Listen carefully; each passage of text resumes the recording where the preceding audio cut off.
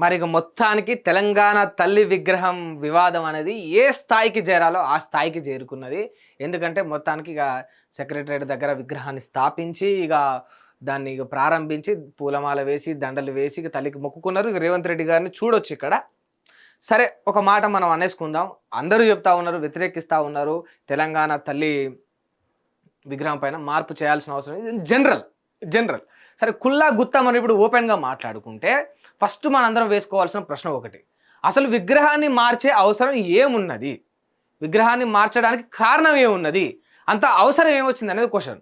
సరే, దీనికి కొందరు కాంగ్రెస్ నాయకులు ఏమంటా ఉన్నారు, తెలంగాణ తల్లి అంటే తెలంగాణ తీరుకు తగ్గట్టు ఉండాలి, ఏదో అలంకరించుకొని నిమ్మలంగా ఇట్లా ఉండకూడదు అని అన్నారు. సరే, వీళ్ళ పాయింట్ ఆఫ్ వ్యూలా వీళ్ళు ఒకలాగా ఆలోచించి ఈ తెలంగాణ తల్లి అంటే వీరవనితలాగా ఇట్లా చీర కట్టి చీర చింగులు చెక్కి అట్లా అంతే పౌరుషంగా ఉండాలి, తెలంగాణ తల్లి నిమ్మలంగా ఉండొద్దు అని అన్నారు. సరే, వీళ్ళ పాయింట్ ఆఫ్ వ్యూ అది. వాళ్ళు ఏమంటారు, తల్లి అంటే అందంగా ఎట్లయితే మంచిగా గంభీరంగానే కనపడాలి, తల్లి ఒక స్థాయిలోనే ఉండాలి, కొంచెం కూలికి పోయేటట్టు ఎప్పుడు వీరవంతలాగా పోరాటాలు చేసినాం కదా, ఇప్పుడు పోరాటాలు చేసి తెలంగాణ సాధించుకున్నా కన్నా తెలంగాణ తల్లిని మంచిగా చూసుకోవచ్చు కదా అనేది వాళ్ళ వాదన. ఈ రెండు వాదనలు పక్కన పెడితే ఇక్కడ ఒక చిన్న పాయింట్ మనం గమనించాలి. ఏంటంటే టీఎస్ టు టీజీ మార్చినప్పుడు వాళ్ళు ఎందుకు చెప్పారంటే టీఆర్ఎస్ పార్టీలోకి వచ్చి ఆర్ లేపేసి ఖాళీ టీఎస్ను టీఆర్ఎస్ పార్టీకి ఆ పార్టీ పేరుకు అనుసంధానంగా ఉండేటట్టు కావాలని కేసీఆర్ టీఎస్ అని పెట్టిండు అని అన్నారు.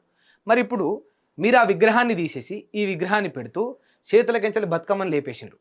తెలంగాణకు అతి ప్రాధాన్యమైన తెలంగాణకు నాటి నుండి తెలంగాణ ప్రజలు పాటిస్తుంటూ ఒక ఎమోషన్గా కొలుచుకుంటూ ఉంటారు ఆ పండుగను. ఆ పండుగ బతుకమ్మ పండుగ. తెలంగాణ అంటే బతుకమ్మ, బతుకమ్మ అంటే తెలంగాణ.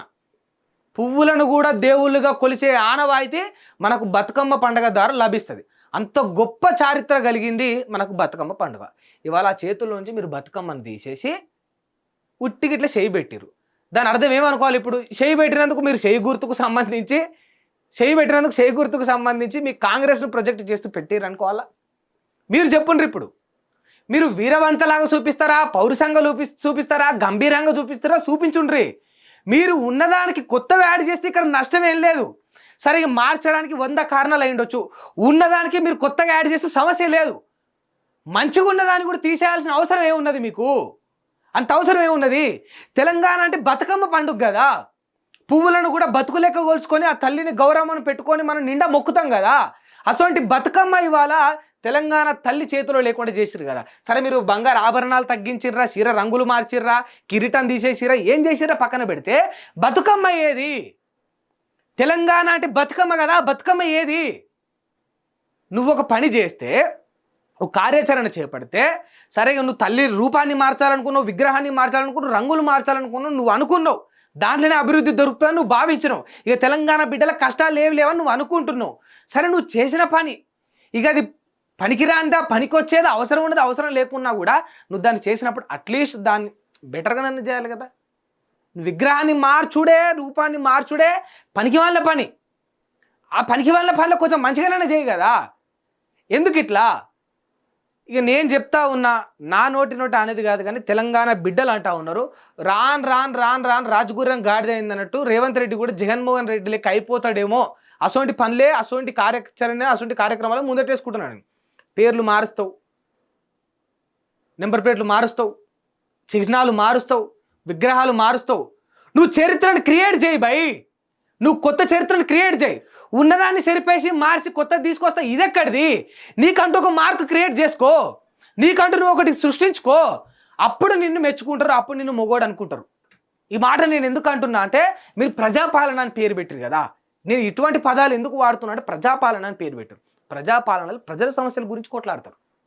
ప్రజారంజక పాలన అంటే ప్రజల కష్టాల గురించి కొట్లాడతారు, ప్రజల అవసరాల గురించి పాకులాడతారు.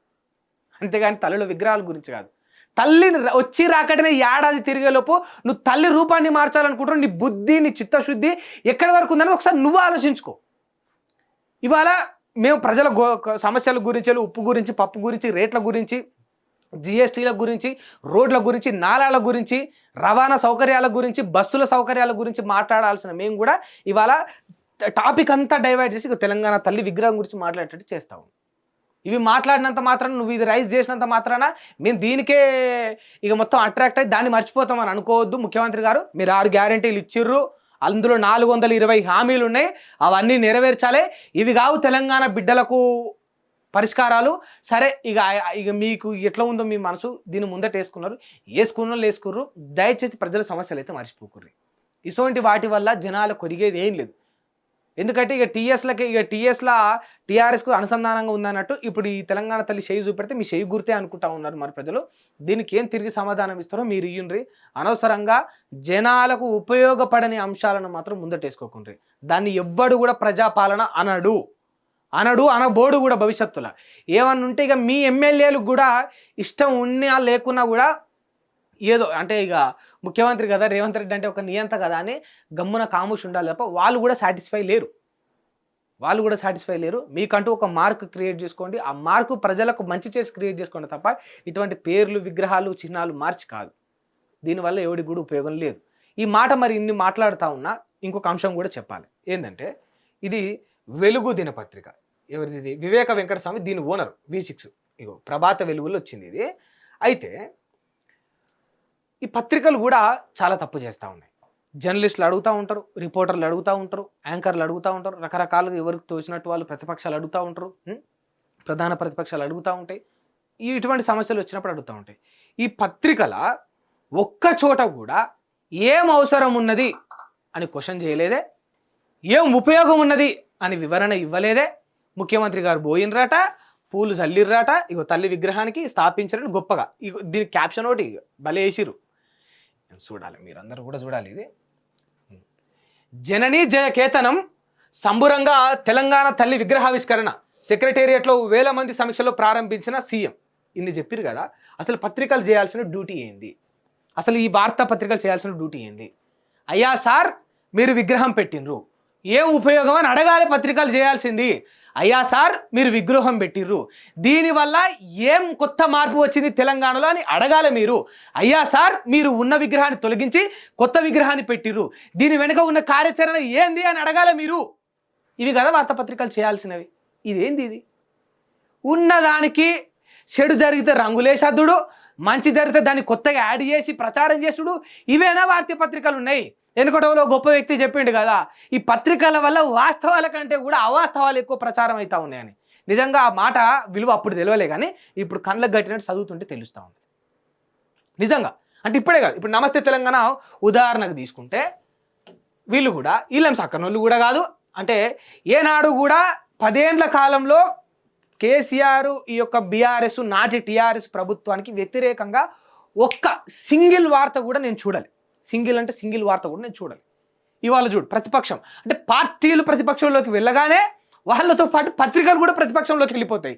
ఇగో ఈ పత్రికలు ప్రభుత్వాలు అంటే వీళ్ళు ఒక పార్టీ ఏదైనా అధికార పక్షంలోకి రాగానే ఈ పత్రికలు కూడా అధికారంలోకి వెళ్ళిపోతాయి. అసోంటి పరిస్థితి ఇవాళ భారతదేశం మొత్తంలో ఉన్నది. ఈ ఆనవాయితీ పోవాలి. దయచేసి పత్రికలు ఈ పార్టీలకు, రాజకీయ నాయకులకు ఊడిగం చేయకుండా ప్రజల సమస్యలపైన, ప్రజల నష్టాలపైన, వాళ్ళ కష్టాలపైన కొట్లాడితే, ప్రశ్నిస్తే ఏమైనా అర్థవంతం ఉంటుంది. ఇవన్నీ కూడా శృంగారించుకునేది మీకు మీరు తప్ప ఉపయోగం ఏమాత్రం లేదని పత్రికలు కూడా గుర్తుపెట్టుకోవాలి. హిట్ టీవీ యాప్ ని డౌన్లోడ్ చేసుకోండి. ఇందులో short news, live news, entertainment movies అన్ని అవైలబుల్ గా ఉన్నాయి. Please download hit TV app. Hit TV app ని ఫ్రీగా డౌన్లోడ్ చేసుకోండి.